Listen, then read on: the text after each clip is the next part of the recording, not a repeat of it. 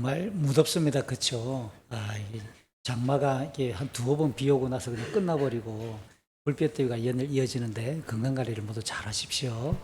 아마 밤잠도 많이 설칠 텐데 건강관리를 잘해서 체력에 큰 문제가 없도록 관리 잘 하시기 바랍니다. 7월 첫째 주일 오늘 함께 나눌 설교 본문 말씀입니다. 열왕기하 3장입니다. 열왕기하 3장. 쉬운 성경으로 제가 읽을게요. 여러분들 가지고 있는 성경 그대로 읽으시면 됩니다. 열왕기하 3장 1절부터 27절까지 우리 한 절씩 나누어서 교독하죠. 열왕기하 구약 성경 열왕기하 3장입니다. 3장 1절 제가 먼저 읽어요. 우리 27절까지 한 절씩 나눠서 교독합니다. 여호사밧이 유다 왕으로 있은 지 18년째 되는 해에 아합의 아들 요람이 사마리아에서 이스라엘의 왕이 되었습니다. 요람 왕은 12년 동안 이스라엘을 다스렸습니다.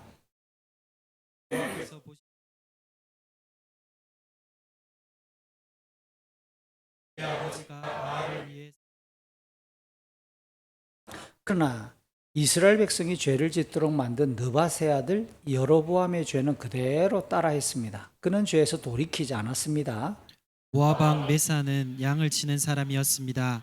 그는 이스라엘의 왕에게 어린 양 10만 마리와 숫양 10만 마리의 털을 바쳐야 했습니다. 그러나 아합이 죽자 모압 왕은 이스라엘을 배반했습니다. 요람 왕은 사마리아에 나가서 모든 이스라엘 백성을 불러 모았습니다. 요람이 유다의 왕 여호사밧에게 사람들을 보내어 말했습니다. 모압 왕이 우리를 반역했습니다. 나와 함께 모압과 싸우러 가지 않겠습니까? 여호사밧이 말했습니다. 왕과 함께 가겠습니다. 기꺼이 왕과 함께 싸우러 가겠습니다. 나는 당신과 하나이고 내 군인들과 내 말들은 왕의 군대나 마찬가지입니다. 그리고 나서 여로사밧이 물었습니다. 어느 길로 모압을 치러 가는 것이 좋겠습니까? 요람이 대답했습니다. 에돔 광야길로 갑시다. 그리하여 이스라엘 왕과 유다 왕은 에돔 왕과 함께 길을 떠났습니다. 그들이 7일 동안 행군하던 중에 군인들과 짐승들이 마실 물이 다 떨어졌습니다. 이스라엘 왕이 말했습니다. 이런 일이 일어나다니 여호와께서 우리 세 왕을 모압 사람들에게 넘겨주시려고 부르셨나 보다. 여호사밧이 물었습니다. 혹시 여기에 여호와의 예언자는 없습니까? 예언자가 있으면 그를 통해서 여호와의 뜻을 여쭈어 볼 수 있을 것입니다. 이스라엘 왕의 신하들이 대답했습니다. 엘리야를 숨겼던 그의 제자 사밧의 아들 엘리사가 여기에 있습니다. 여호사밧이 말했습니다. 여호와께서 그를 통해 말씀하실 것입니다. 그래서 이스라엘 왕과 여호사밧과 에돔 왕이 엘리사를 만나러 갔습니다. 엘리사가 이스라엘 왕에게 말했습니다. 나는 왕과 아무런 상관이 없습니다. 왕의 부모님의 예언자들에게 가보십시오. 이스라엘의 왕이 엘리사에게 말했습니다. 아니요. 여호와께서 우리 세 왕을 부르시더니 우리를 모압 사람들에게 넘겨주려 하오. 엘리사가 말했습니다. 내가 섬기는 만군의 여호와의 살아계심을 두고 맹세하지만 유다의 왕 여호사밧만 여기에 없었어도 나는 왕을 쳐다보지도 않았고 왕에게 관심을 두지도 않았을 것이요. 검은고를 타는 사람을 데려오시오. 검은고를 타는 사람이 검은고를 타자 여호와께서 엘리사에게 능력을 주셨습니다. 엘리사가 말했습니다. 여호와께서 골짜기에 도랑을 여러 개 파라고 말씀하셨소. 여호와께서 이렇게 말씀하셨소. 너희는 바람이 부는 것도 비가 내리는 것도 보지 못할 것이나 이 골짜기에는 물이 가득 차게 될 것이다. 그리하여 너희와 너희가 기르는 가축과 짐승이 물을 마시게 될 것이다. 여호와께서 보시기에 이 일은 작은 일에 불과하오. 여호와께서 왕들이 모압을 이길 수 있게 해주실 것이요. 왕들은 성벽에 있는 굳건한 성과 모든 중요한 성을 멸망시킬 것이요. 모든 좋은 나무를 넘어뜨릴 것이며 모든 우물도 못쓰게 만들 것이요. 그리고 그 땅의 모든 기름진 들을 돌 무더기로 만들 것이요. 이튿날 아침 제물을 바칠 때에 에돔 쪽에서 물이 흘러나오기 시작하더니 골짜기에 물이 가득 찼습니다. 모든 모압 백성들은 왕들이 자기들과 싸우러 나왔다는 소식을 들었습니다. 군복을 입을 나이가 된 사람은 다 모여서 국경에 줄을 지어 섰습니다. 이튿날 아침 모압 사람들이 일찍 일어나 해가 위에 비추고 있었는데 건너편 물이 피처럼 붉게 보였습니다. 모압 사람들이 말했습니다. 이것은 피다. 왕들이 자기들끼리 싸우다가 서로 죽인 것이 틀림없다. 모압 사람들이여 가자. 물건들을 빼앗으러 가자. 모압 사람들이 이스라엘의 진에 이르렀을 때 이스라엘 사람들은 일어나 모압 사람들을 공격했습니다. 모압 사람들이 도망치니 이스라엘 사람들은 모압 땅까지 쳐들어가 그들과 싸웠습니다. 이스라엘 백성은 모압의 성들을 무너뜨리고 모든 기름진들에 돌을 던져 돌무더기를 만들었습니다. 모든 우물도 못 쓰게 만들었습니다. 그리고 모든 좋은 나무를 넘어뜨렸습니다. 오직 갈하레셋 성에만 돌 성벽이 남아 있었는데 물매를 든 사람들이 그곳마저 점령했습니다. 모압 왕은 전쟁이 자기에게 불리하게 돌아가는 것을 보고 칼을 쓰는 군인 700명을 이끌고 에돔 왕이 있는 쪽으로 뚫고 나가려 했습니다. 그러나 그들은 그것조차도 실패했습니다. 같이 읽습니다. 그러자 모압 왕은 자기의 뒤를 이어 왕이 될 마다들을 성벽 위에서 자기 신에게 태워드리는 번제로 바쳤습니다. 그러자 이스라엘을 향한 맹렬한 분노가 일어났습니다. 이것을 본 이스라엘 군대는 그곳을 떠나 자기 나라로 돌아갔습니다. 아멘. 성경을 읽다가 참 마음이 무거워지는 구절을 발견할 때가 종종 있는데요. 누가복음 18장 8절이 제게는 그런 말씀 중에 한 구절입니다. 우리 시대랑 너무 닮았고 적합하게 어울릴 만한 구절인데요. 누가복음 18장 8절 우리 같이 한번 읽어볼까요? 내가 너에게 이르노니 속히 그 원한을 풀어주시리라. 그러나 인자가 올 때에 세상에서 믿음을 보겠느냐 하시니라. 맨 마지막 주님의 말씀입니다. 인자는 예수님 자기를 가리켜요. 내가 세상에 올 때에, 인자가 올 때에 세상에서 믿음을 보겠느냐.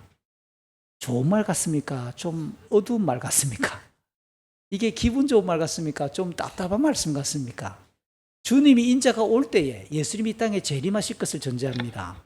그런데 주님이 이 땅에 다시 올 때에 세상에서 뭘 보겠느냐? 믿음을 보겠느냐? 그러면 믿음을 가진 자가 많다 적다? 이게 무거운 거예요. 마음이 너무 무겁습니다. 그런데 특별히 이 18장 8절 누가복음의 배경이 더 중요합니다. 어떤 내용이냐? 예수님이 제자들에게 말합니다. 항상 기도하라. 기도하기를 요청합니다. 예수님이. 목사가 말하는 게 아니고요. 이웃이 말하는 게 아니고 예수님이 직접 항상 기도해야 돼 라고 말하면서 기도해도 안 들어주시던데 낙심하지 마. 항상 기도하되 낙심하지 말아야 된다 라고 말하면서 하나님을 아버지로 표현합니다.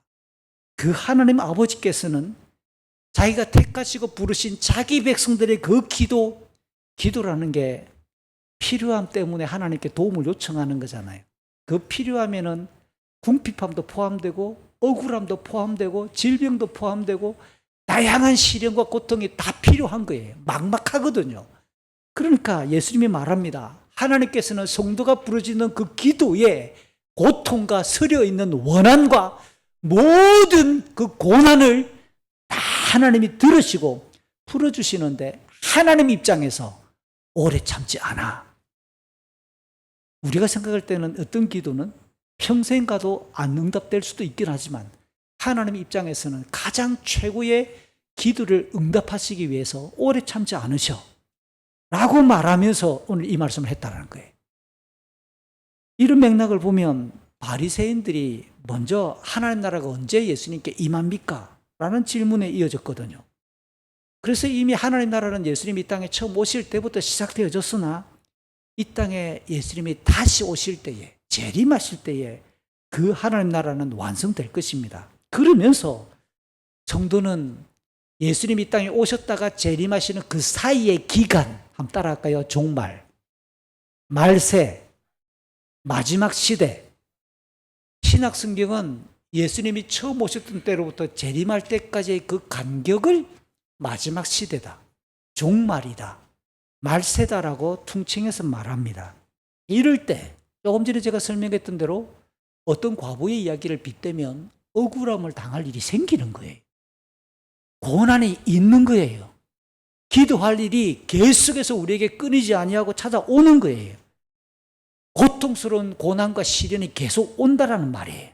그럼 어떻게 하라고요? 그 고통을 이기는 방법이 예수님은 기도하라라고 가르치는 거예요. 항상 기도하라. 하나님을 신뢰하면서 기도하라. 경건을 유지해라. 이 모든 것을 18장 8절 한 단어로 정리합니다. 믿음이다. 세상 사람들이 우리에게 묻습니다. 당신 믿습니까? 그럼 이 말을 오늘 이 내용을 빗대면 기도하느냐라고 묻는 거예요. 우리 자녀들이 부모의 믿음을 지켜본다는 말을 많이 듣는데 뭘 지켜본다고요? 기도하느냐고 지켜보는 거예요. 우리의 믿음이 어떻게 표현되는가, 어떻게 드러나는가라고 말할 때 하나님을 신뢰한다면 우리의 이런 현실을 인정할 수밖에 없기 때문에 우리는 기도할 수밖에 없다. 곧 기도는 경건을 유지하는 가장 핵심적인 모양새라는 거죠. 그런데 주님이 가까울수록, 다시 오시는 것이 재림이 가까울수록 세속화가 강력해지고 이런 믿음이 희귀해질 것이다. 경건의 능력을 상실할 위험성을 경고하는 말씀이 아닐 수 없어요. 이와 같은 맥락에 따라 사도 바울이 디모데후서 3장 1절부터 5절에서 이 마지막 시대의 영적인 특징을 가리켜 한 줄로 정리합니다. 말세에 고통하는 때가 이르리니. 성도들이 믿음으로 살아가지만 만만치 않은 상황 때문에 힘들어하고 고통하는 때가 온다. 그 다양한 양상들을 열거하고 난 이후에 경건의 모양은 있으나 경건의 능력은 부인한다. 몇 대째 신앙생활한다. 나는 태어나면서부터 교회를 다녔다. 나는 교회를 이렇게 다니고 이렇게 교회 생활한다. 겉으로 보기에는 경건의 모양이 있는 것 같은데 실제 생활에서 결정적일 때 경건의 능력이 나타나지 않는다라는 거예요. 시간이 지나면 지날수록 죄의 본성, 창세기 3장 5절은 하나님같이 될 것이다. 결국 뭐예요? 자기 판단이에요. 자기 판단이라는 말이 참 애매하죠. 그러나 많은 학자들이 교육 철학이나 심리학에서 문화를 연구하는 사람들의 표현을 빌면 인간을 구성하는 요건 중에 지정의, 지성과 감정과 의지, 뭐가 더 셀까요? 감정이에요. 자기 기분이에요.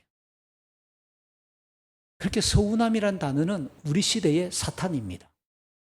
내가 기분 나쁘면 다 싫어요, 무조건. 팩트도 싫어요. 내가 싫다는데 뭐. 그게 끝나는 거예요. 무서운 겁니다. 그러니까 오늘 이런 성경의 내용을 가만히 보면 자기 중심성, 자기 지향성, 자기 기분의 어떤 뭔가 서운함, 삐짐, 우리끼리 말로 삐껴버리면 끝나는 거예요. 성경 구절을 아무리 설명해도 없습니다. 이런 내용들이 더 강렬해져서 원래 하나님의 형상으로 우리에게 특징적이었던 의로움과 거룩함 대신에 부패한 자기 정욕과 욕망에 집중하려고 하는 세상이 될 것이다. 그래서 성도들도 겉으로는 경건의 모양을 갖추고 있는지 모르나 일상의 생활 속에서는 전혀 경건의 능력이 나타나지 않는 시대가 될 것이다. 무섭잖아요.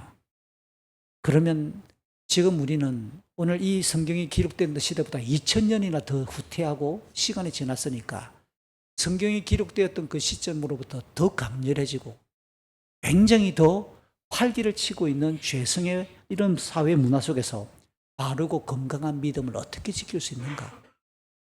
이게 오늘 성경을 함께 읽었던 본문을 가지고 정직하게 우리 자신을 비춰보며 믿어봐야 될 주제가 아닐까 생각이 들었어요. 함께 읽었던 오늘 본문은 좀 내용이 길었지요. 아합의 아들 요람, 히브리어 성경에는 여호람이라고 되어 있어서 제가 여호람 갈라이고 요람 이렇게 해놨어요. 여호람이 이스라엘을 배반한 모압을 정벌하는 이야기입니다. 이 간단한 소재를 가지고 제가 거창하게 마지막 시대란 단어와 더불어 믿음이란 단어를 끌고 나왔습니다. 그 과정에서 제가 경건의 모양이 약화되고 있는 모습들, 경건의 능력이 상실되어서 이게 이상한 결론으로 끝나버립니다. 중간에 엘리사의 사역이 등장하게 되고요. 참 어수선하게 왜 이렇게 본문이 끝나지? 가장 해석하기 어려운 구약 성경의 한 장면을 오늘 우리는 마주하게 될 것입니다. 그러면서 저는 다시 마지막 시대를 살아가는 예수 믿는 성도로서 성실하게 경건의 모양을 우리는 훈련해야 한다.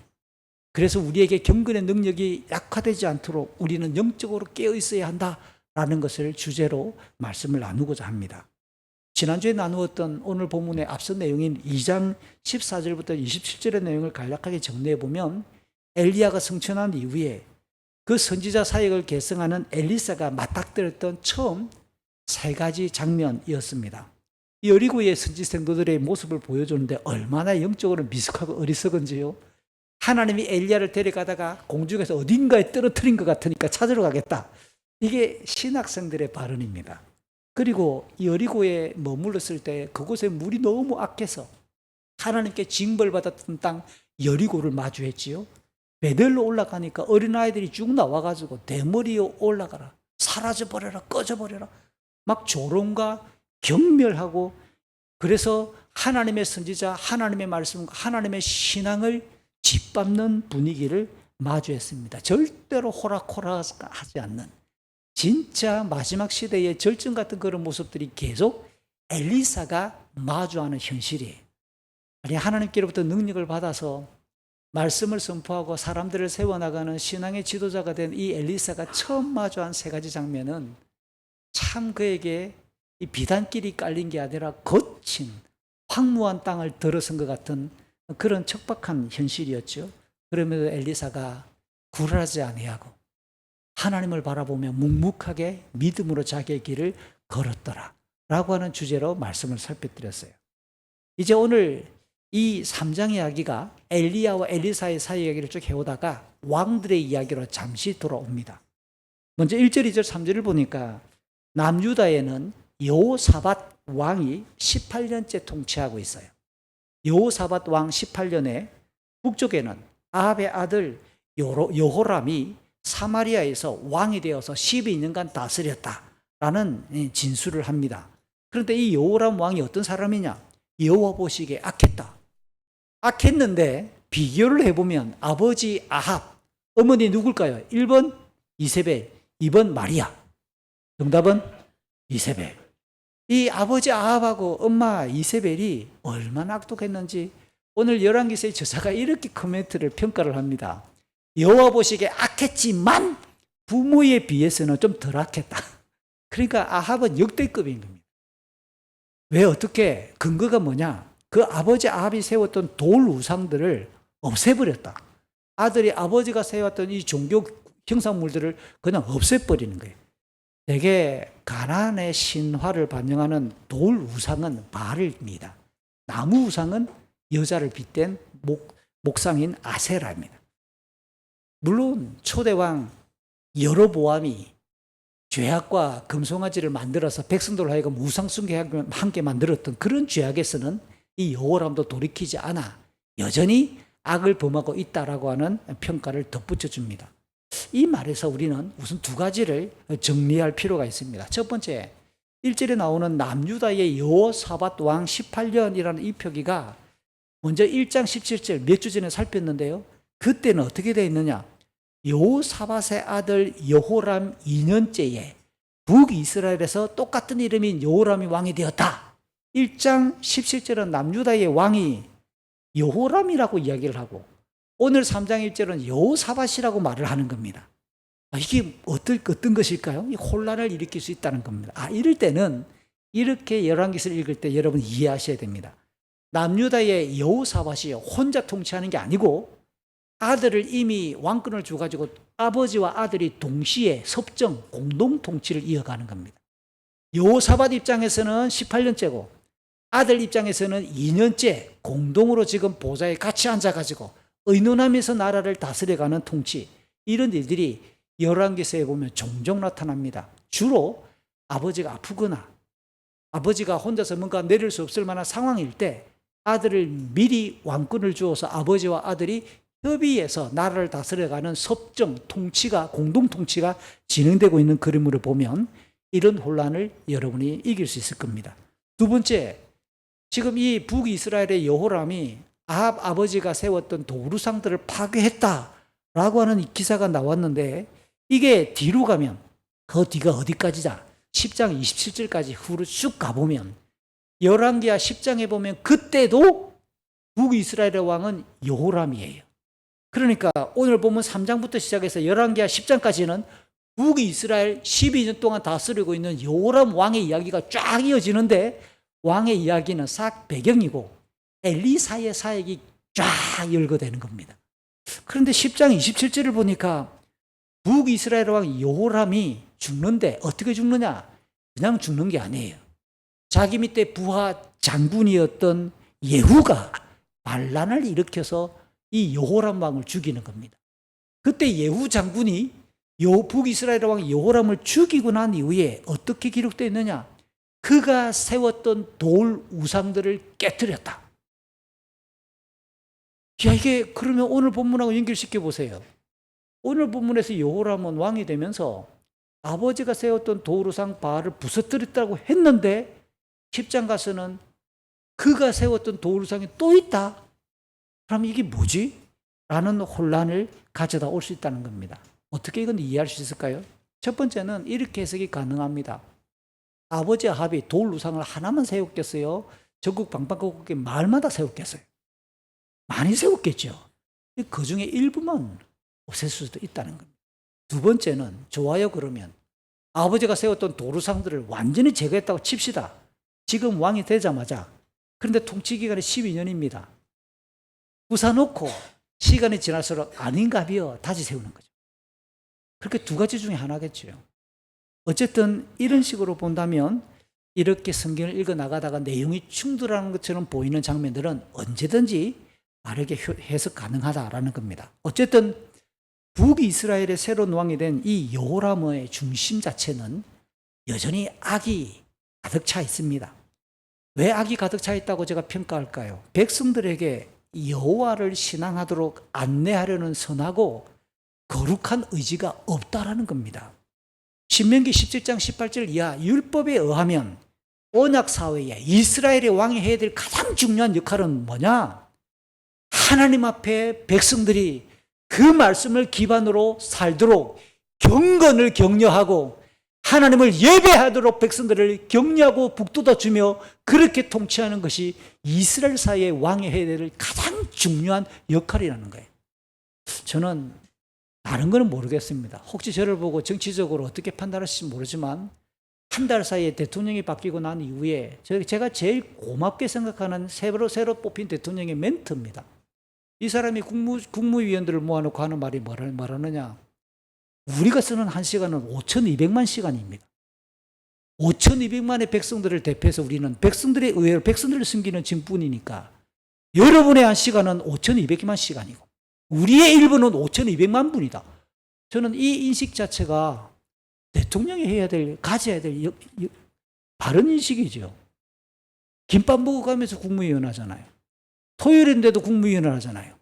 어쨌든 간에 국회를 통과했던 추경 예산을 빨리 집행하기 위해 토요일인데도 국무위원을 불러놓고 국무회의를 진행하잖아요. 저는 이게 원래 그래야 되는 거 아니에요? 원래? 우리가 놀랄 게 아니라 원래 그래야 된다고요.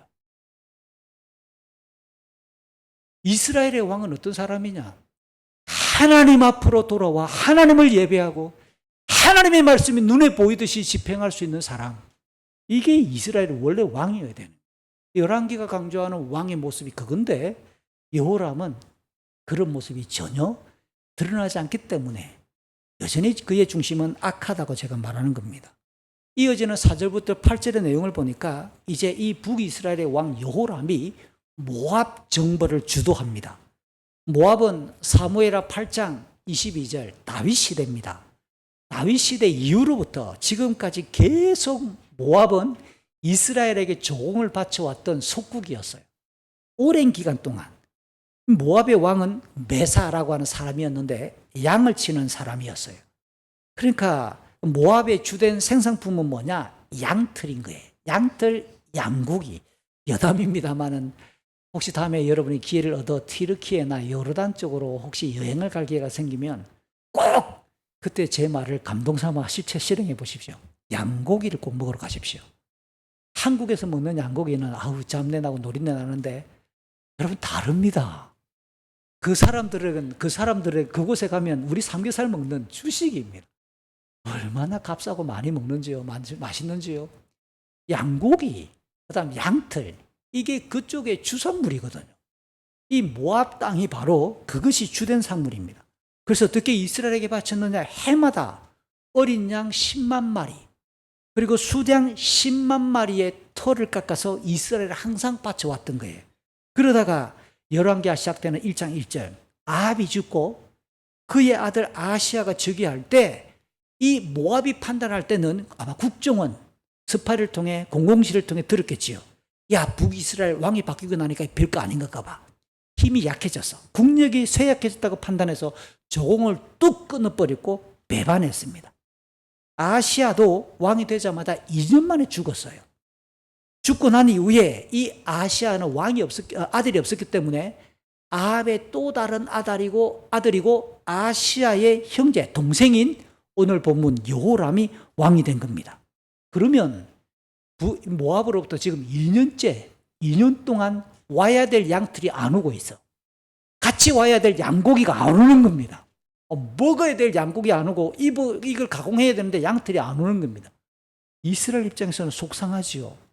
그래서 여호람 왕이 어떻게 총력전을 벌이느냐. 4절, 5절, 6절에 보니까 나가서 사마리아 딱 밖으로 나가 마이크를 잡습니다. 여러분 요새 저희 동네에 동민이 아니라서 면민이라서 그런데요. 면민들은 아침에 한 번, 오후에 한 번, 2번씩 지수면 사무실에서 컴퓨터로 띵동 해가지고 안내방송이 나옵니다. 뭘까요? 무덥습니다. 야외 활동을 자제하시기 바랍니다. 조심하십시오. 이야기가 계속 나와요. 동네도 나옵니까? 면에 살아야 되는 거예요. 국가가 건강을 염려하고 있습니다. 이렇게. 어쨌든 띵동 사봉에 가니까 사봉에도 나와요. 똑같은 컴퓨터 목소리로.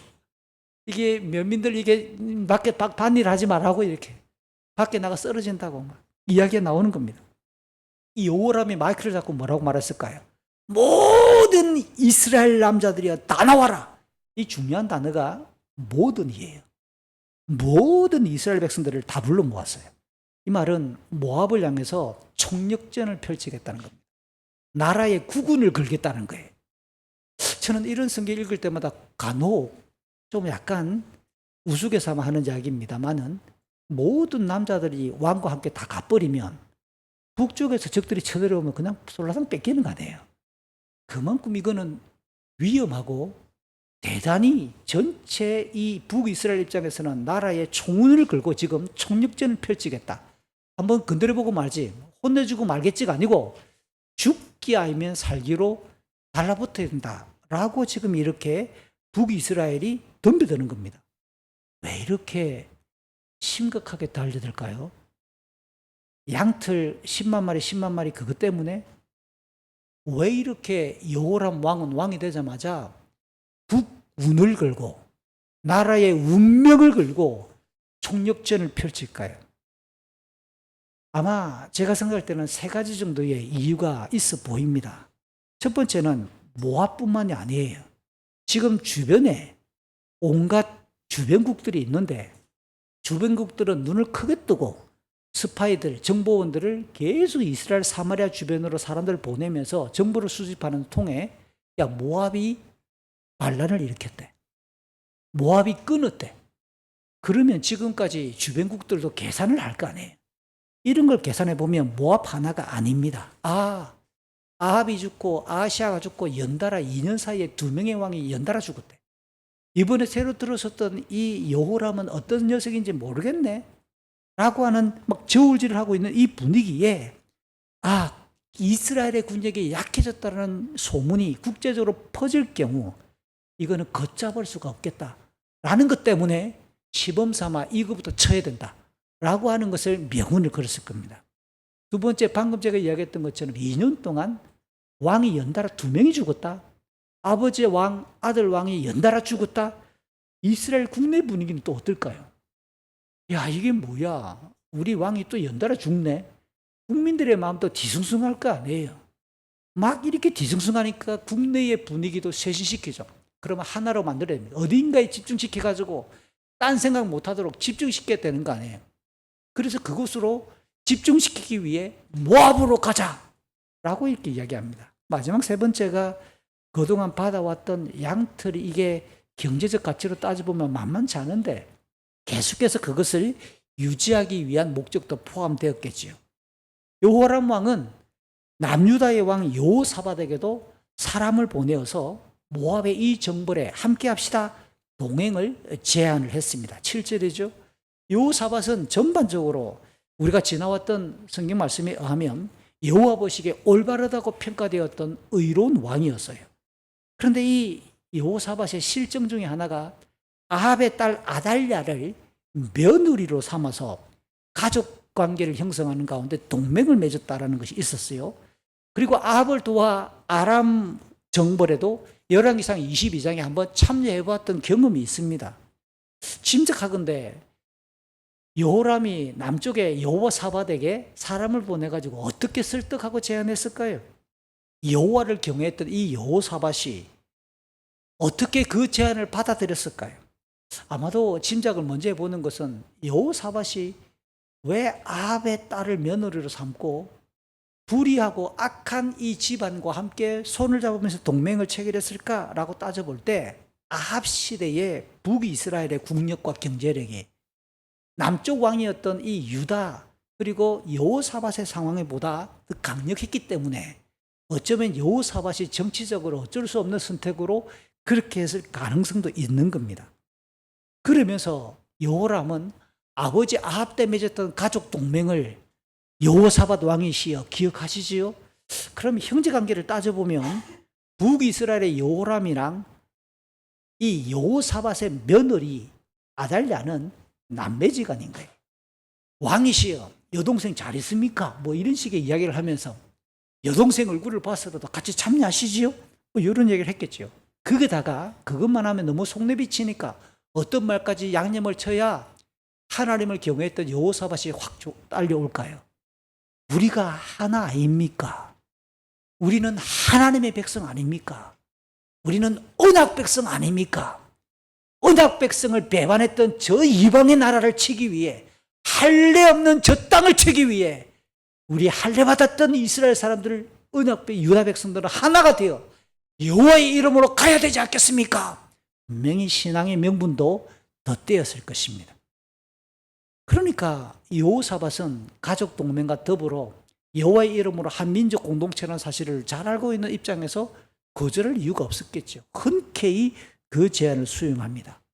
그럼에도 불구하고 영 개운치 않아요. 왜요? 여호사밧이 불과 2년 전에 열왕기상 22장에서 아합과 함께 손을 잡고 아람 정벌을 나섰다가 죽을 뻔했던 경험 기억납니까? 아합은 옷을 바꿔 입고 출전하고 여호사밧은 왕복을 그대로 입고 나갔다가 아람이 야 다른 사람 다 치지 말고 왕 하나만 친다 우리 오늘 그걸 다 필요 없다 왕 하나만 따라 이게 아람의 목표였거든요. 그러니까 아람의 군인들이 여호사밧을 따라하니까 여호사밧이 어떻게 했다고 나는 아닙니다. 나 북이스라엘 왕은 아니다라고. 역대기에는 여호와께서 여호사밧을 도왔다고 표현해요. 하나님이 그 쫓아오는 군사의 마음을 감동하지 않았다면 여호사밧 그때 죽었어요. 이렇게 2년밖에 안 됩니다. 혼쭐 났다고요. 엉뚱하게 한번 참전했다가 죽을 뻔했던 기억이 있는데 오늘 이 본문은 너무 흔쾌히 또 따라 나선다라는 거예요. 두 번째, 게다가 열왕기상 22장 5절에는 사마리아에서 아합이 여호사밧에게 아람 정벌하러 갑시다라고 말할 때 여호사밧이 한 말 기억나세요? 먼저 여호와의 뜻을 물어봅시다. 근데 오늘 본문에는 그런 말도 없어요. 2년밖에 지나지 않았는데 지금은 여호와의 뜻을 물어봅시다 라고 대꾸를 하지 않아요. 8절에 보니까 대신 북이스라엘 왕 여호람에게 뭘 물어보죠? 흔쾌히 수용을 먼저 해놓고 어느 길로 가렵니까? 노선을 물었고 전략을 물은 거예요. 어디로 가서 어떻게 싸울 것입니까? 방법론과 그 과정만 물었다는 거예요. 자, 여기서 우선 2년밖에 지나지 않았고 여호사밧 왕에 대한 실정이나 이런 인간적인 모습을 우리가 기억한다면 2년 시간이 지나는 사이에 어느 사이 정점에 여호사밧의 경건이 약화되고 있구나 라는 것을 우리는 읽을 줄 알아야 되는 겁니다. 여호람은 대답합니다. 에돔길로 가시지요. 에돔길. 에돔은 가나안 땅의 최남쪽 광야지대에 살고 있는 민족이었어요. 그리고 열왕기상 22장 47절에 의하면 이 에돔 남쪽에 있는 광야지대에 있는 이 에돔 민족을 여호사밧이 그들을 정복을 했습니다. 그래서 그곳에 다스리고 있는 왕이나 통치자를 여호사밧이 임명한 사람을 통치하게 만들어 놓은 거예요. 그러니까 이 내용까지를 북이스라엘의 여호람은 다 계산했을 가능성이 높습니다. 남유다를 참여시키면 유다의 손아귀에 들어있는 에돔까지를 연합할 수 있겠다. 그러면 세력이 더 커질 수 있겠다. 충분히 북이스라엘의 여호람은 계산했을 가능성이 높습니다. 그러면 여호사밧 입장에서는 에돔길로 갑시다 라고 하는 이 말에 좋다고 수용한 이유는 또 뭘까요? 지금 모압은 북이스라엘을 배반한 거예요. 배반하면 혼나. 너희가 배반하면 이렇게 당할 수 있어. 이것을 참여시키는 에돔에게도 간접적인 교육이 되지요. 메시지가 됩니다. 너희들도 우리에게 배반하면 북이스라엘 남유다 손잡고 너거든 박살낼 거야. 이런 입장에서 에돔은 울며 겨자 먹기로 어쩔 수 없이 끌려가야 되는 거예요. 이런저런 목적 때문에 함께 동참하는 거죠. 자연스럽게 북이스라엘은 남쪽으로 내려왔을 것이고 남유다를 격려합니다. 유다의 군인들을 함께 흡수했을 것입니다. 또 더 남쪽으로 내려와 에돔 지역의 군인들까지 흡수를 해서 숫자가 굉장히 더 크게 불어나서 우리로 치면 오늘날의 지명 사해 남쪽에 육로를 통해 오른쪽으로 돌아 요단강 동쪽 편인 모압을 향해서 지금 정벌하고 진격하고 있다는 겁니다. 역시 이것도 다음에 꼭 여러분 한번 가보시기 바랍니다. 이스라엘이나 요르단 여행을 가면 버스를 타고 이 주변을 이동합니다. 진짜 덥고요.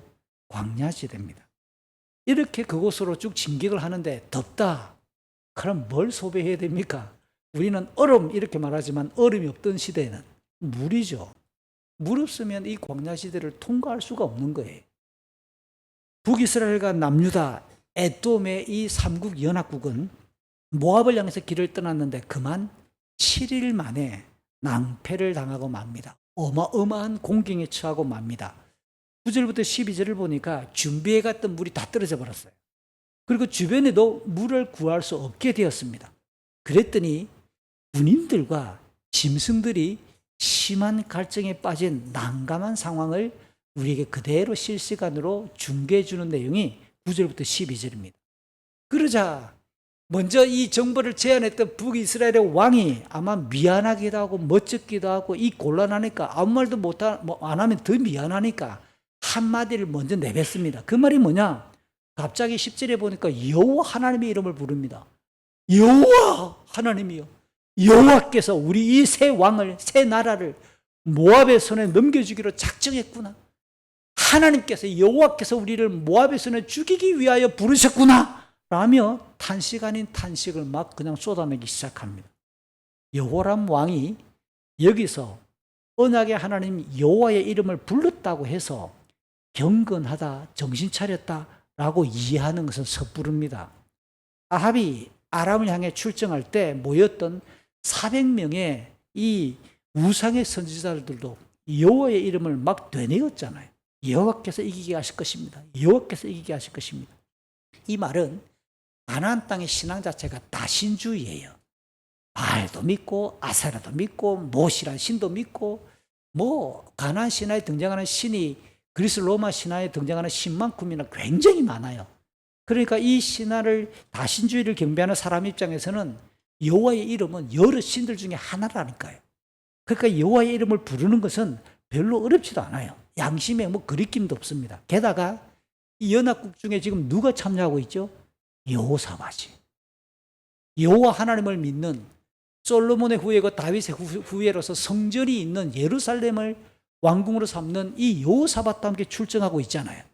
그런 입장에서 여호와의 이름을 거들먹거리는 것은 여호사밧에게 격려하거나 여호사밧을 의식해서 여호와의 이름 충분히 부를 수 있는 이름이죠. 아마 이 여호람도 아버지 아합처럼 이번 출정을 앞두고 왕궁이 관리하던 선지자들에게 싸우러 가랴 말랴 물었을 가능성이 높습니다. 그들은 하나같이 승리를 약속했겠지요. 하지만 지금 모압군을 만나기도 전에 물이 없는 상태에서 굉장한 허탈감과 당혹감으로 이 여호람은 그렇게 여호와의 이름이라 지금 부르고 있을 뿐입니다. 그러니까 처음 출발할 때부터 여호와의 이름과 영광을 되찾기 위해 출정합시다가 아니었어요. 북이스라엘 입장에서는 그냥 자기의 욕망이고 다급함 때문이며 인간적인 계산에 의해 일을 지금 섣부르게 시작한 거예요. 진짜 여호와께서 출정하라고 명령하셨다면 자기의 사람들을 남쪽 유다로 보내가지고 성전에서 그렇게 예배하고 있는 하나님의 사람들에게, 여호사밧 왕에게 이번 출정을 해도 되겠는지 먼저 물었어야 되는 거 아니에요. 그런 거 하나도 없고 출정하러 갑시다 결론 다 내려놓고 그냥 여호사밧 왕에게 갑시다 라고 말했으니까 하나님의 뜻을 앞세웠다고 볼 수가 없다는 뜻입니다. 자기 인간적인 욕망과 세속적인 가치를 먼저 앞세워서 지금 이렇게 출정한 상태에서 약간 공경에 처하니까 이제야 하나님의 이름을 부르는 거예요. 제가 무엇을 말씀드리고 싶을까요? 자기의 욕망과 다급한 상황 때문에 하나님 이렇게 부르는 것은 참된 경건이 아니라 순서가 뒤바뀌었다는 거예요.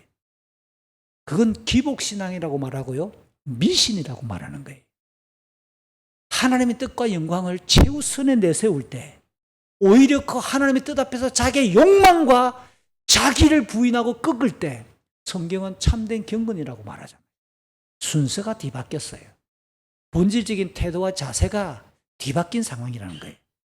그때 여호사밧 왕이 갑자기 제안합니다. 혹시 여기에 주변에 여호와의 선지자가 없을까요? 여호사밧은 진짜 여호와, 이 난감한 상황에서 여호와 하나님의 도우심을 찾기 위해 선지자가 없을까요? 물은 거겠죠. 그 선지자가 있다면 여호와를 구합시다. 여호와의 도움을 구합시다. 여호와의 뜻을 확인합시다. 여호와의 능력을 우리가 요청합시다 라고 여호사밧이 북이스라엘 왕에게 제안합니다. 이걸 보면 고난과 시련 속에서 여호사밧의 느슨했던 경건, 잠자고 있던 믿음이 고난을 통해서 깨어나는 거예요. 그의 말을 들었던 이스라엘의 신하가 엘리야의 손에 물을 붓던 사람, 이게 히브리어 성경의 원어입니다. 쉬운 성경은 엘리야를 섬기던으로 완곡적으로 표현했죠. 엘리야의 손에 물을 부어주던 엘리사가 여기에 있습니다고 대답을 했습니다. 이 놀라운 이야기입니다. 여호사밧은 여호와께서 그 엘리사를 통해 말씀하실 것입니다 라고 확신을 하면서 여호와의 말씀이 그에게 있다라고 확신을 가지며 다른 왕들과 같이 엘리사를 찾아갑니다. 북이스라엘 왕이나 에돔 왕 입장에서 볼 때는 다른 선택지가 없지요. 그러니까 이제는 주도하는 자가 북이스라엘의 왕이 아니라 여호사밧 왕이 주도자가 되어서 하나님 앞으로 지금 가고 있다는 뜻입니다. 여기서 제가 놀랍다고 말하는 것은 엘리사가 구체적인 지명, 장소 어디에 있었는지 오늘 언급되지 않아요.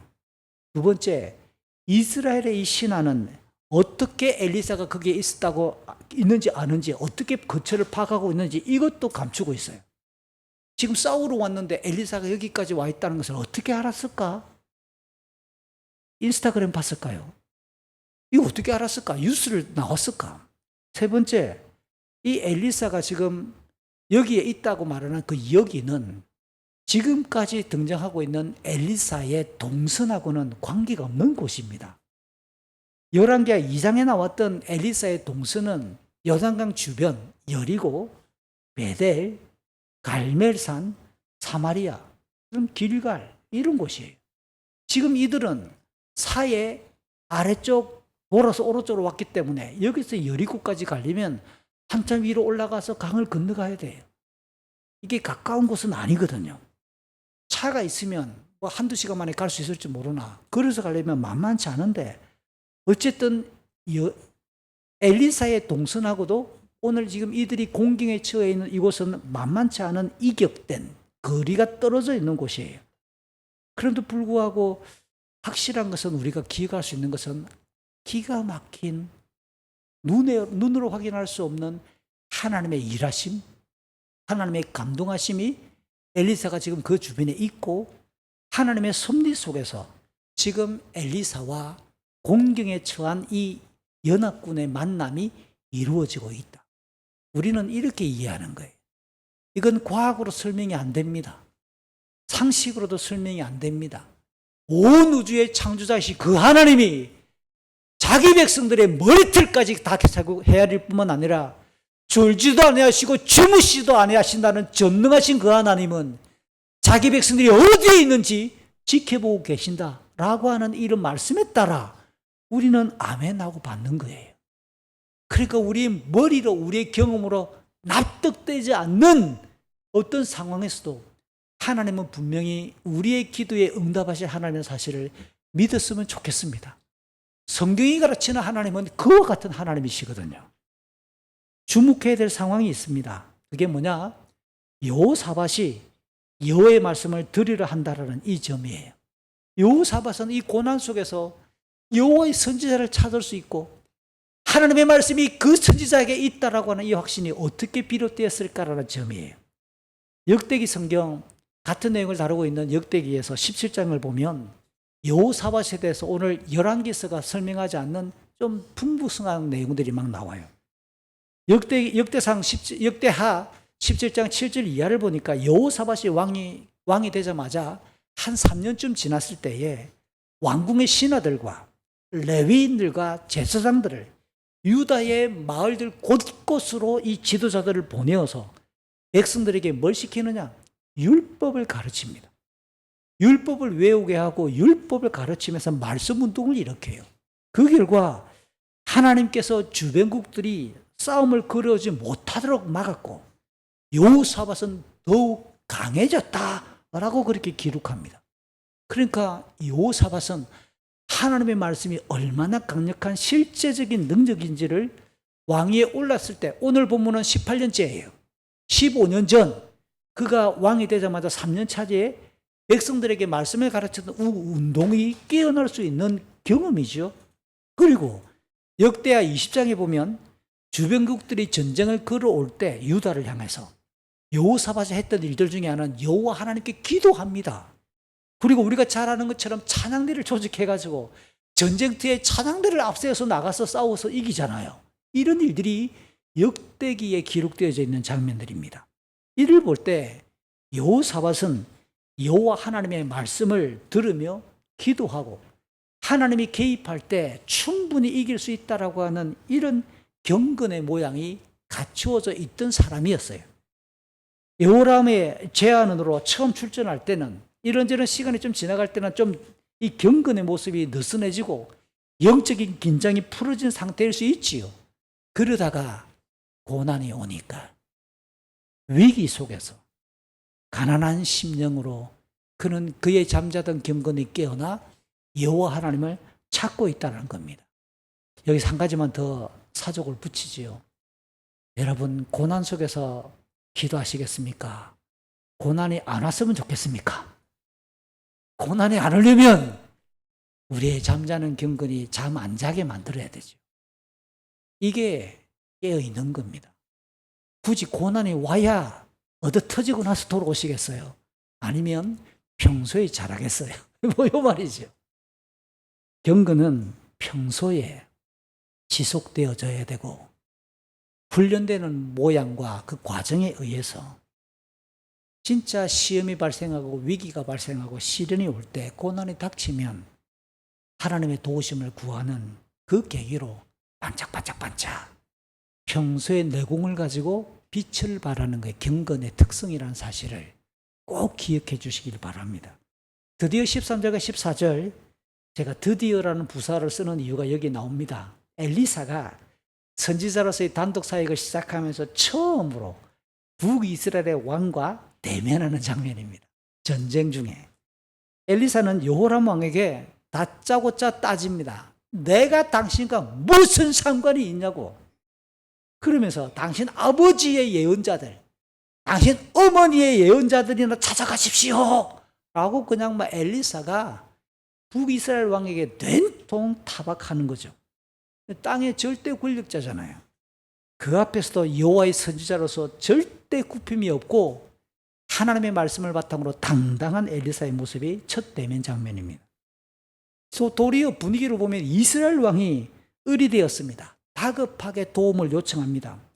아니, 여호와 하나님께서 우리 새 왕을 부르시더니 모압 사람들에게 지금 넘겨주려고 합니다. 뒷마디를 더 붙이면 살려주십시오. 뭐 이거 아니겠어요? 이 북이스라엘 왕이 그냥 엎조리고 하소연하는 분위기가 됐습니다. 그러니까 이 내용도 가만히 분석해 보면 모압을 정벌하러 나선 것이 여호와의 뜻이었다고 북이스라엘 왕은 확신하고 있는 거예요.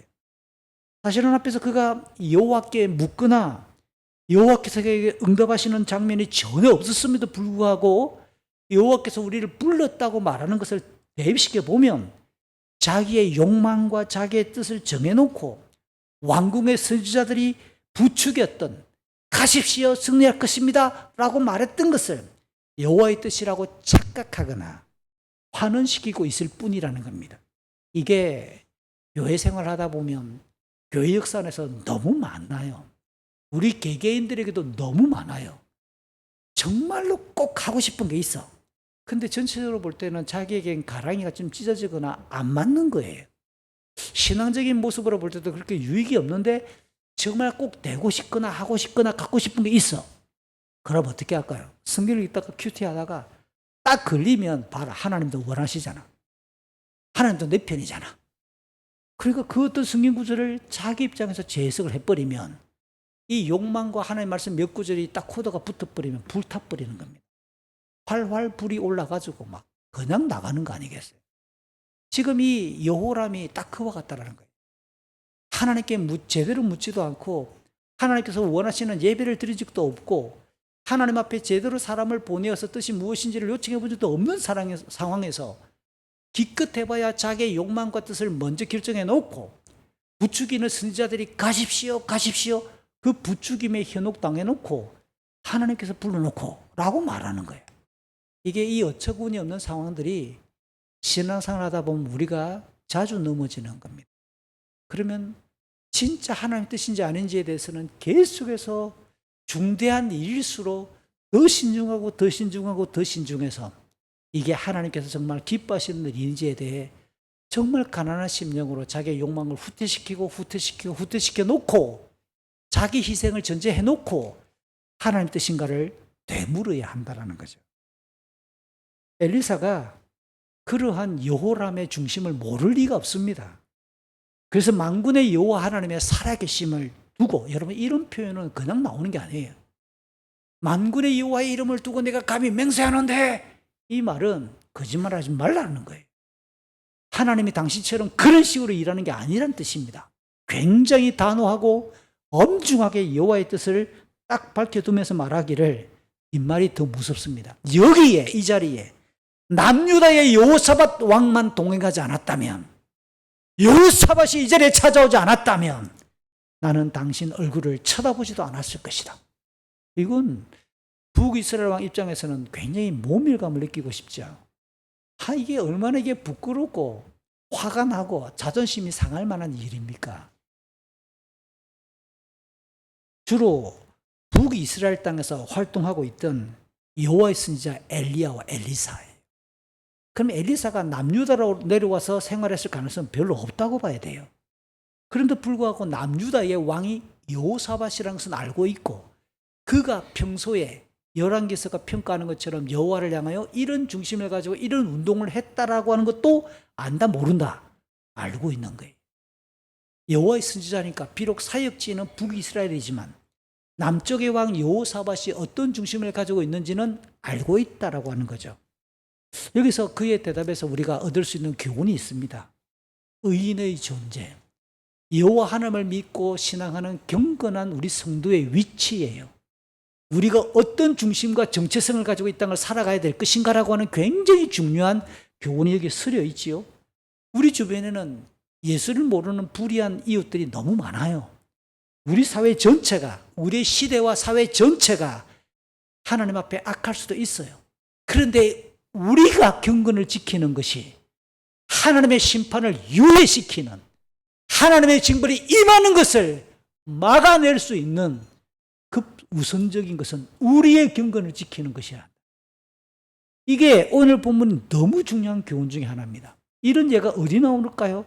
창세기 18장으로 가보세요. 소돔과 고모라를 하나님이 멸하시기로 결정했을 때 아브라함이 무릎을 꿇고 기도합니다. 의인 50명이 있으면, 45명이 있으면, 40명이 있으면, 30명이 있으면, 20명이 있으면 마지막에 그 땅에 하나님이 멸망시키기로 작정한 그 땅에 의인 10명이 있으면 어떻게 하시겠습니까? 하나님 대답합니다. 내가 멸하지 않지. 예레미야를 통해 하나님 말씀합니다. 예레미야 5장 1절. 예루살렘 거리를 뛰어다니며 보거라. 예루살렘을 위해서 울 수 있는 사람, 진리를 구하는 사람 한 사람이라도 있으면 내가 멸망시키지 않겠다. 하나님의 작정이에요. 저는 이 말씀을 마태복음 5장 13절부터 16절의 내용을 엮으면 너무 소중한 교훈이 되겠다 싶어요. 우리 성도 한 사람 한 사람이 가지고 있는 경건이란, 우리 믿음의 수준이란 부패한 시대와 어두운 사회의 영적인 소금이고 등불이라고 하는 우리 주님의 교훈과 딱 일치하잖아요. 만약에 여호사밧 안 데리고 왔으면 어쩔 뻔했어요. 다 죽는 거 아니에요. 엘리사의 이 말은 그의 개인의 경험에서 나온 말이 아니라 하나님의 감동으로 받을 때에 우리 한 사람 한 사람의 경건을 지키는 것이 얼마나 소중한지 이건 중요합니다. 그래서 제가 간혹 한국교회가 내리는 결정 중에서 화가 나거나 동의하지 못하는 것들이 한두 개가 아니에요. 광화문에 태극기 들고 날짜를 정해놓고 몇백만 명 모여놓고 우리가 기도합시다. 저는 그것보다 더 중요한 거는 각 교회가 교회당에서 한 사람 한 사람이 자기의 처신에서 하나님에서 정직한가? 이거 운동부터 일어나야지.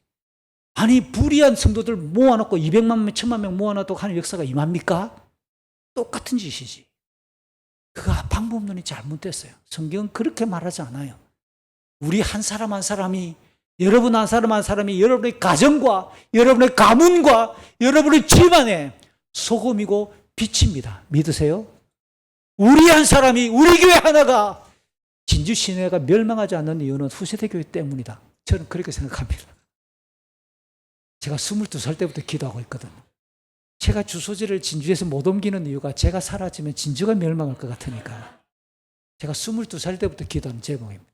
하나님, 진주 땅에 선지자가 있는 줄 알게 해주십시오. 그 선지자는 정영찬. 교만에 가까운 자부심이지만 그 정도의 영적인 무게감을 가지고 우리는 살아야 돼요.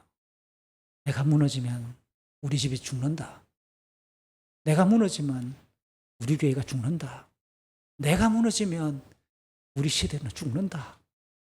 이게 엘리사가 그렇게 3번이나 강력한 의지를 가지고 엘리야를 붙쫓았던 이유고 하나님이 엘리사를 점검하기를 원하는 거예요. 엘리야의 뒤를 이어 엘리사 네가 이 일을 감당할 수 있겠냐고 거듭 확인하려고 했던 게 그 장면이에요. 하나님은 우리를 이 어두운 시대에 척박한 영적인 패역한 시대에 하나님의 사람으로 우리를 부르시고 있다는 사실을 강력하게 여러분의 가슴에 새겨주셨으면 좋겠어요. 시대가 흐를수록 주님의 말씀을 빗대오면 시간이 흐를수록 형통할수록 무엇을 자랑하고 무엇에 집중해야 될 것인지 우리는 더 결단해야 될 때가 옵니다. 더 선택해야 되고 더 내 것을 희생하며 자기를 부인해야 될 때가 옵니다. 지금이 늦출 수 없는 바로 그 시대는 사실을 우리가 비장하게 기억했으면 좋겠어요. 오늘 이어지는 15절부터 19절은 이제 엘리사가 자기에게 임하는 하나님의 말씀을 그들에게 대언하는 장면이에요. 먼저 엘리사가 거문고, 이 거문고는 한국식 번역이죠. 악기 연주하는 사람을 데려오라고 요청했습니다. 연주자가 왔습니다. 연주를 시작합니다. 그랬더니 엘리사에게 히브리 성경을 보니까 여호와의 손은 구약 성경에서 하나님의 권능, 하나님의 임재를 상징하는 표현이에요. 그 권능이 15절에 임합니다. 여기서 한 가지 궁금하지 않으세요? 엘리사가 무슨 능력이 없어서 경건의 모양이 없어가지고 꼭 악기를 연주해야만 하나님의 말씀이 임할까요? 그래서 배경을 연구할 필요가 있습니다. 왜 엘리사가 악기를 연주시키면서 이렇게 하나님의 말씀을 들으려고 할까? 2가지 배경이 짐작이 되는데요. 하나는 북이스라엘 왕과 이 연합군이 지금 모압 정벌에 나선 사안 자체가 엘리사는 마음에 들지 않아요. 하나님 뜻인지 먼저 물어보지도 않고 뜰레 여기까지 와가지고 지금 뭐 죽겠다고 난리니까 웃기잖아요. 이런 사안 자체가 지금 내키지 않아 엘리사의 마음이 굉장히 격동 중이에요. 조금 전에 화를 많이 냈잖아요. 북이스라엘 왕에게 얼굴도 안 쳐다볼 것이다. 막 지금 흥분을 많이 했어요. 그런 상황에서 여호와의 말씀을 집중해서 듣기 위해서 자기의 마음을 가라앉히기 위해 음악의 필요성을 요청했을 가능성이 또 있습니다. 중요한 것은 하나 더 있습니다. 지금 여호사밧이 어떤 왕인지를 엘리사가 알고 있다. 이 말은 남유다와 예루살렘의 상황도 잘 알고 있다는 뜻이겠죠. 예루살렘에 뭐가 있습니까? 하나님과 관련된 성전이 있잖아요. 솔로몬에 의해 완공된 예루살렘의 성전에서는 하나님께 예배할 때 빠지지 않는 게 뭡니까? 찬양이에요. 다윗이 죽기 전에 그렇게 조직해두었던 레위 지파 중에 찬양대를 4,000명이나 두었고 그 4,000명을 24반차를 조직해놨어요. 그 매일매일 여호와 앞에서 예배를 드릴 때에 그 찬양대가 조에 의해 순번적으로 찬양을 드리는 것을 엘리사가 안다 모른다? 모를 리가 없죠.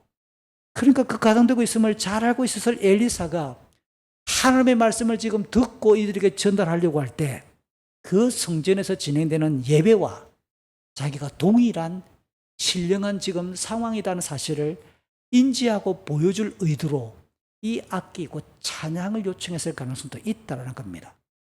어떻게 해서가든 간에 음악과 여호와의 말씀이 임하고 하나님의 권능이 임하는 이 장면의 연관성은 구약 성경의 곳곳에서 발견됩니다. 그리고 고대 근동에서 이방의 우상의 선지자들도 이렇게 말씀을 전하고 할 때, 그들의 어떤 예언을 할 때 악기를 연주하는 것이 일반적인 장면이었어요.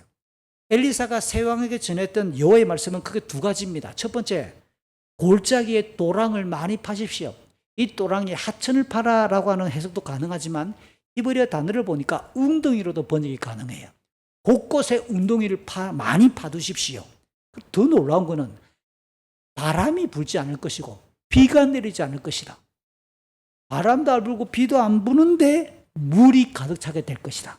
당신들이 파두었던 그 또랑과 이 웅덩이에 물이 가득하게 되어서 사람과 짐승이 마시게 될 것이다. 16, 17절. 여기 골짜기에 대해서 성경의 질을 연구하는 학자들이, 그리고 오늘 본문의 맥락에서 볼 때 어디로 추정하느냐? 에돔과 당시 모압의 국경을 이루었던, 한번 따라해 보실래요? 세렛 골짜기. 이 세렛 시내는 민수기와 신명기에도 등장하는 곳입니다. 세렛 시내, 세렛 골짜기를 건넜다. 이 굉장히 유명한 멘트입니다. 이게 뭐냐? 광야 시대를 끝내고 아직 광야가 남았지만 이제 요단강 동쪽으로 간다라고 할 때 중요하게 아래 위로 국경선과 지역을 양분하는 골짜기가 세렛 골짜기입니다. 진짜 놀라워요. 저희 부부는 교회가 허락한 이 특별한 기간에 여기를 한번 가봤습니다. 요르단 여행 가면 꼭 기억하세요. 세렛 골짜기 가자. 그 혹시 가이드가 까먹고 안 갈라 하면 세렛 가자 했잖아. 세렛 가자고. 이게 한 정상에서 언덕을 따라 비탈미를 가다가 중간쯤에 딱 세웁니다. 그들이 다 내리래요. 자, 아래쪽, 그랜드 캐년 같은 붉은 안반지대가 거대한 골짜기가 보여요. 전부 바위입니다. 이게 폭이 청월리 골짜기 수십 배 됩니다. 그래서 그 자리에 가면 안 보여요. 언덕 위에서 내려가는 도로 상부에서 조망하게 되어 있어요. 그 골짜기가 세렛 골짜기예요. 근데 왜 시내일까요? 비가 내리는 10월부터 4월까지만 하천을 이루는 와디라고 하죠. 4월부터 10월까지는 말라서 그 골짜기가 주요 통로 역할을 하는 거예요. 어마어마합니다. 진짜 사진을 찍기 바쁘고 그 배경으로 사람들이 사진을 막 찍기 시작하는 그곳. 아마 오늘 이들도 똑같이 세렛 골짜기에 지금 정박을 하고 이것만 지나면 모압 땅인 거예요. 그 국경에 지금 도착했을 것으로 보여지는 거죠. 그런데 여기서 특히 비도 내리지 않고 바람도 불지 않는데 물이 가득 찬다. 왜 이런 말을 덧붙였을까요? 가나안 땅의 신 바알은 주로 평소에 바람을 타고 돌아다니거든요. 그리고 얍! 하면 비가 내린다고 사람들이 믿고 있거든요. 그러니까 지금 이 물은 바알이 내리는 게 아니야. 바람도 없고 비도 내리지 않는데 여호와께서는 물을 줄 거야. 진짜 사람의 생명을 지키고 이 모든 피조세계에 물을 주관하고 관리하는 자가 여호와 하나님이라는 사실을 이렇게 드러내기 위한 선언으로 엘리사가 강력하게 이야기를 꺼내는 겁니다. 두 번째, 18절 19절을 보니까 여호와께서 모압을 이기게 하실 것인데 굳건한 모압의 성벽들, 모든 중요한 성을 모두 멸망시킬 것이고 좋은 나무는 모두 쓰러뜨릴 것이며 모든 우물도 못 쓰게 만들 것이고 기름진 들판은 돌무더기로 만들어버리겠다라고 선언합니다. 한마디로 북이스라엘 여호와께서 북이스라엘과 남유다와 에돔 연합국의 완벽한 승리를 거두게 하시되 모압은 황무하도록 전멸시킬 것이다 라고 하나님이 예언하시는 장면이죠. 이로써 하나님은 불가능한 여건 속에서도 특별한 능력으로 물을 공급하실 뿐만 아니라 인간들의 싸움과 역사에도 친히 개입하시고 관여하시는 온 우주의 주권자라는 사실을 엘리사가 함께 밝혔어요. 본래 이 예언의 진실한가 거짓인가 그건 성취 여부로 결정된다고 성경은 가르치잖아요. 그저 분위기만 맞추고 장단만 맞추고 그래서 떨어지는 콩고물이나 자기의 이익을 취하기 위해 여호와의 이름을 뒤섞는 짓은 거짓이고 불법이고 하나님의 거룩한 이름을 망령되게 일컫는 범죄입니다. 하나님의 영광을 찬탈하는 흉악한 행위이기 때문에 심판받을 짓이지요. 그러면 엘리야의 예언은 어떻게 성취가 될까요? 물의 공급과 관련한 첫 번째 이 예언의 성취는 20절에서 이루어집니다. 엘리사로부터 아마 여호와의 말씀을 들었던 세 왕은 웅덩이를 팠을까요? 안 팠을까요? 그들이 할 수 있는 것은 그거밖에 없는 거예요. 팠겠지요. 아마 엘리사를 만나고 돌아오자마자 밤새도록 팠을걸요. 많이 파라 그랬으니까. 이튿날 아침입니다. 이튿날 아침. 그 밤이 지났습니다. 근데 이 때가 너무 중요합니다. 아침 제물을 바칠 때, 히브리 성경을 보니까 곡식 제물, 소재지요. 곡식 제물을 바칠 때에 에돔 쪽, 에돔은 남쪽입니다. 에돔 쪽에서 물이 흘러와 골짜기에 가득 차게 되었다. 오늘 성경이 너무 재밌는 것은 이 물의 시작은 어디서 왔는지 도무지 알 수도 없고 누구나가 알만한 수원지가 인근에 있었다 그러면 왜 지금까지 안 오다가 오늘 아침에 와요? 물은 높은 곳에서 아래쪽으로 흐르는 게 마땅한데 원래 수원지가 있었다 그러면 평상시에 와야 될 거 아니에요. 그런데 안 오다가 왜 갑자기 오늘 아침에 오냐고요. 이게 중요하다는 겁니다. 인간의 지성이나 인간의 과학적 근거를 뛰어넘어 오직 전능하신 창조자 하나님의 완벽한 솜씨가 섭리를 오늘 설명하는 장면이 아닐 수가 없어요.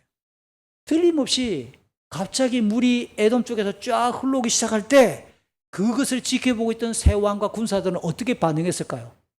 와서 뭐 이랬겠어요? 박수치고 환호하고 난리가 났겠죠. 물이다! 모두들 그 흘러오는 물에다가 얼굴을 쳐박고 손으로 얼굴로 그냥 뭐 퍼마신다고 난리가 나지 않았을까요? 이게 지금 새 연합국이 흘러오는 물을 맞닥뜨리는 경이로운 순간입니다. 흥미롭게도 물이 흘러오는 시간을 여러분 기억하십시오. 아침 제물을 드리던 때 율법에 의하면 모든 종류의 제사 제물은 반드시 기본 제사를 먼저 드리는데 번제를 먼저 드려야 되는 거예요. 번제의 소제물은 소나 양이나 염소로서 흠없는 수컷이어야 한다고 레위기 1장 2, 3절과 10절에서 말합니다. 본문에서 지나왔는데요. 제가 2번 읽었습니다. 물이 다 떨어진 난감한 상황에서 군인들과 짐승들이 마실 물이 없었다. 이 전쟁하러 나가는데 짐승을 왜 끌고 나갔을까요? 요거 사실은 제가 숨겨놓았습니다. 오늘 이 본문 뒤에 내용을 함께 보니까 이들은 전쟁의 걸음 중에도 전쟁 중에도 매일매일 드려야 될 제사를 잊지 않고 있구나라는 것을 깨닫는 장면 중에 하나예요. 누가 이 짐승들을 준비했을까? 북이스라엘이 준비했을까? 남유다가 준비했을까? 만약에 제사용이 아니다 그러면 그 중에는 잡아서 또 먹기도 하겠지요. 어쨌든 간에 누가 짐승을 준비했는지는 모르겠어요. 근데 오늘 중요한 거는 아침 제사를 드릴 때 경건의 모양이죠. 율법이 가르치는 경건의 모양이에요. 그 경건의 모양이 진행되고 있을 때 하나님을 향하여 예배를 할 때 말씀의 성취가 있고 여호와의 능력이 나타나고 하나님의 놀라운 은혜가 임하더라는 사실, 이게 우연일까요? 하나님의 은혜와 능력이 어떻게 임하는지 그 통로가 바로 하나님이 말씀하신 경건의 모양들이라는 사실을 우리는 또 하나 배울 수 있는 장면입니다. 다음으로 모압을 정벌하는 싸움과 관련된 예언의 성취가 21절부터 26절입니다. 모압의 모든 백성은 새 왕이 지금 정벌하러 온다는 소식을 듣고는 싸움에 나갈 수 있는 모든 자들이 소집이 되어서 지금 국경에 쫙 서 있는 거예요.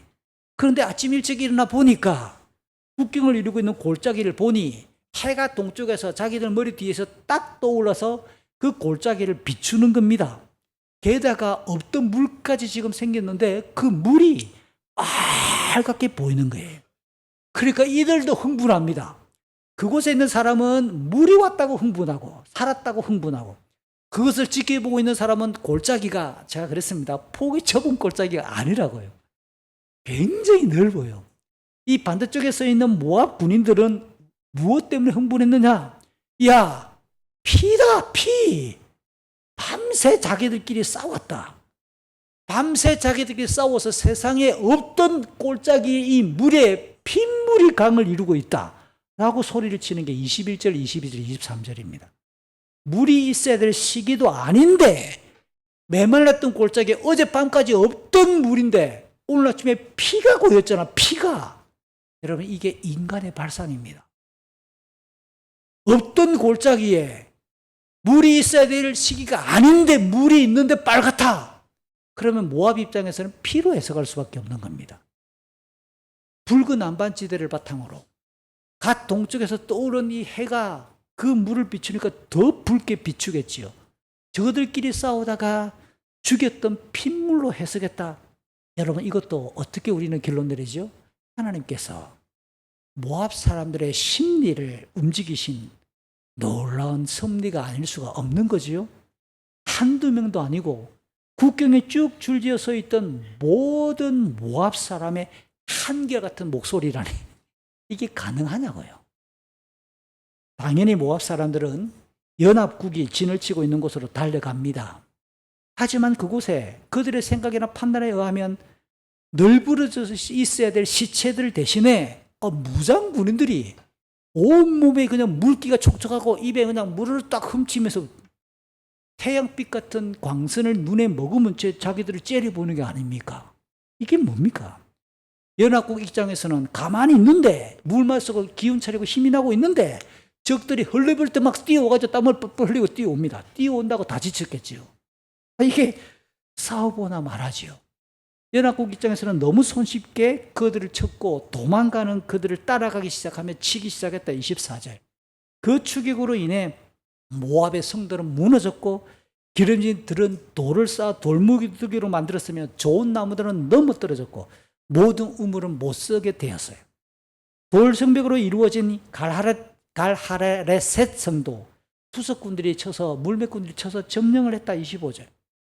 모압 왕은 패배를 확인하며 칼을 뺄 줄 아는 700명을 거느리고 제일 약해 보였겠죠. 에돔 쪽을 뚫고 지나가려고 했지만 그마저도 26절 실패했다. 그야말로 완벽하게 하나님께서 엘리사를 통해 말씀하셨던 그대로의 승리가 이루어졌다. 이렇게 하나님의 일하심은 실은 놀라워요. 그 하나님의 지혜와 판단은 인간이 제대로 헤아릴 수 없을 만큼 깊고 탁월하고 경이롭습니다. 엘리사를 통해 주어진 두 가지 예언이 통합되었지요.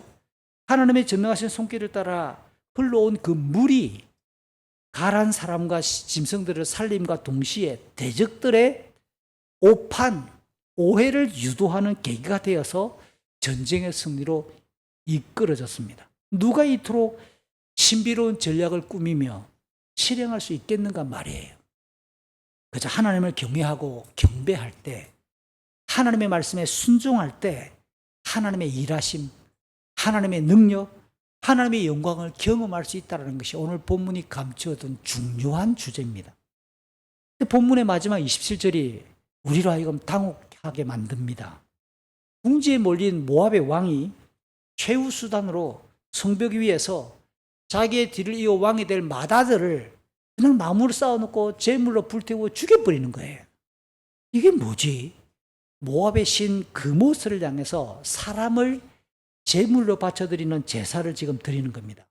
이런 고약한 짓은 요단강 동쪽의 모압, 북쪽의 암몬, 이 두 나라가 부르는 이름은 달라요. 그모스, 몰렉, 그런 하는 짓은 똑같아요. 그 신으로 섬기며 이렇게 가정스럽고 끔찍한 제사를 드려왔거든요. 그래서 레위기 18장과 20장에 보면 그 짓을 절대로 하지 못하도록 단단히 하나님이 경고했던 말씀이기도 합니다. 문제는 그들이 그런 짓을 한다 치더라도 그 다음 27절의 뒷구절입니다. 정벌을 거의 완성했잖아요. 거의 마무리할 마지막 지점에 연합국의 반응이 너무 어리둥절합니다. 특별히 이번 원정을 주도했던 앞장섰던 북이스라엘에게 성경을 보면 큰 진노가 임했다. 쉬운 성경은 분노가 일어나서, 그냥 히브리 성경을 직역하면 큰 진노가 그들에게 임했다는 뜻입니다. 북이스라엘에게. 그랬더니 이스라엘이 그냥 그곳을 떠나 자기 땅으로 돌아갔다. 그러면 같이 따라왔던 유다와 에돔도 따라 돌아갔다는 거죠. 이게 쉽지 않은 너무 혼란스러운 문장이 아닐 수가 없습니다. 이 언급된 진노는 이 단어가 주로 어디에 쓰여졌는가 보니까 구약 성경 곳곳에 하나님께서 내리시는 진노에 이 단어가 대부분 쓰여졌어요. 그러면 모압의 왕만 죽이거나 사로잡는다면 오늘 이 정벌이 끝나는 건데, 마무리되는데, 하나님께서는 무엇 때문에 이스라엘을 향해서 진노하셨을까요? 갑자기. 어떤 사람은 이렇게 해석하는 학자가 있습니다. 모압의 이 인신제사 장면을 지켜보고 있던 이스라엘의 군인들이, 야, 저들이 자기의 왕자를 죽이네. 그럼 죽게 하며 살기로 우리에게 달려오겠네. 야, 그럼 우리가 지금 저들과 싸워서 우리가 안 되는 거 아니야? 저희들이 정신 바짝 차리고 달려온다면 우리가 저들을 과연 이겨낼 수 있을까? 이 두려움 때문에 하나님께 지금 진노를 받았다라고 추정하는 학자도 있습니다. 그런데 어쨌든 북이스라엘 역사를 통으로 전체로 우리가 살펴볼 필요가 있습니다. 다시 말해 북이스라엘의 아합 전후, 특별히 아합 시대 이후로 계속 살펴보면 북이스라엘이 저질렀던 죄악들을 한번 보세요. 그들이 범했던 죄악의 본질이란 지금 저 건너편에서 모압의 인신제사가 드려지고 있는 그 장면과 죄의 본질상 다르지가 않다라는 거예요.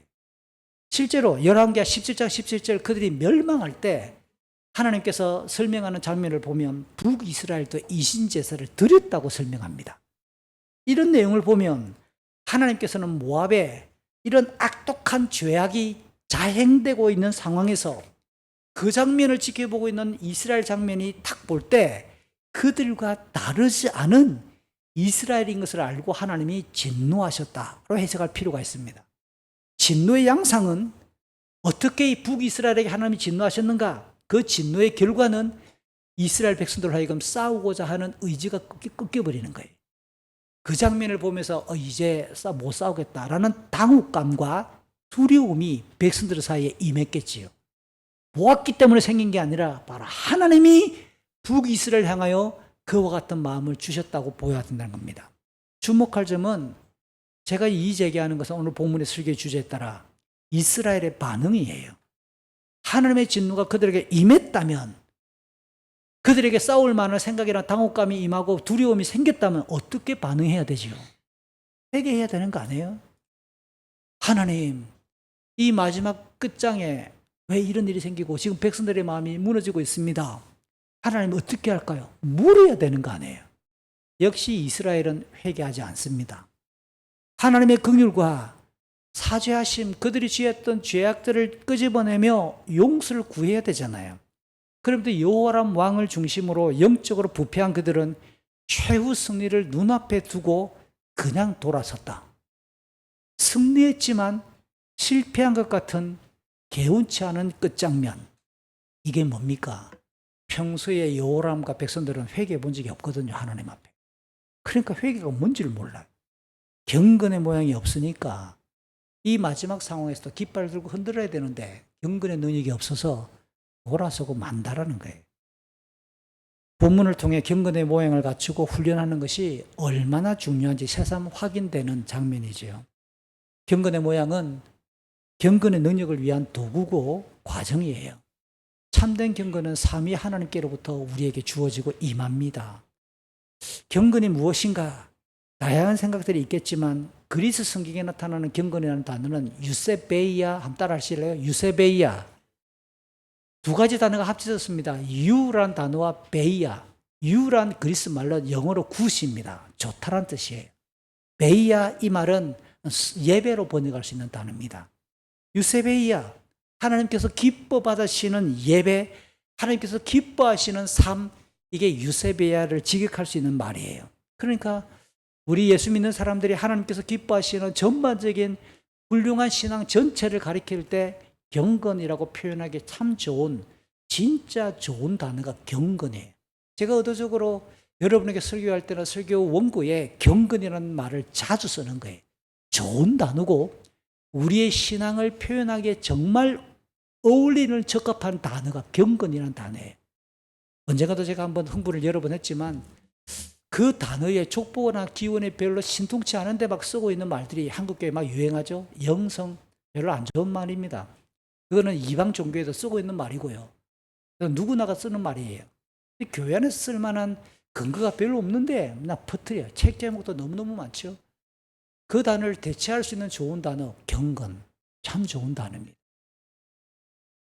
사도 요한은 요한계시록 선언에서 요한계시록 1장 2절과 3절에서 하나님께서 그리스도를 통해 반드시 이루어질, 앞으로 속히 이루어질 일을 미리 알려주시는 말씀이 진리이고 읽고 듣고 지키는 자가 복되다고 말하므로 하나님이 알려주시는 말씀이 경건과 관련된다는 사실을 우리에게 가르쳐 줍니다.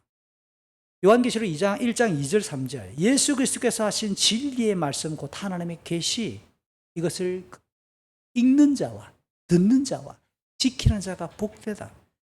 그러니까 하나님의 말씀은 허투루 쏟아지는 문장이나 단어가 아닙니다. 반드시 이루어지는 진리이기 때문에 주위에서 집중해서 들어야 되고 읽어야 되고 지킬 때 하나님의 은혜가 임하는 것은 당연하지요. 처음부터 하나님은 창세기 2장에 보면 인간을 지으시고 말씀을 통해 교제하셔요. 그 말씀은 우리 인간의 삶의 테두리를 구성하는 법이고 절대 표준이라는 사실이에요. 그래서 제안하는 거예요. 규칙적으로 말씀을 읽는 것. 기본적인 경건의 모양 중에 모양이에요. 아울러 주일의 공예배를 통해서 들려지는 이 말씀을, 설교를 기대하는 것, 설교에 대해서 여러분이 반응하고 집중하는 것은 한 주간의 삶을 정리해서 주일을 맞습니다. 또 주일부터 시작되는 또 새로운 한 주를 시작하는 첫날 주일을 맞아요. 그래서 여러분이 주일 공예배 시간에 이 말씀을 듣는 이것은 우리 인생의 흐름에서, 내가 살아가는 삶의 흐름에서 결정적인 은혜의 통로가 아닐 수가 없는 거예요. 저는 그래서 여러분에게 주일과 공예배를 진짜 소중하게 여겨야 된다라고 거듭거듭 강조하는 거죠. 이러한 말씀 생활과 더불어 빼놓을 수 없는 경건의 모양이 계속 강조하지만 기도 생활입니다. 에스겔 선지자가 에스겔 36장 36절 37절에서 나 여호와가 말하였으므로 내가 반드시 이룰 것이다. 쉬운 성경은 이렇게 번역했습니다. 내가 이스라엘 백성의 탄원을 듣고 다시 그들을 위해 행할 것이다. 이럴 때는 쉬운 성경이 좀 약해요. 직역을 하면 히브리어 성경, 내게 구해줘야 한다.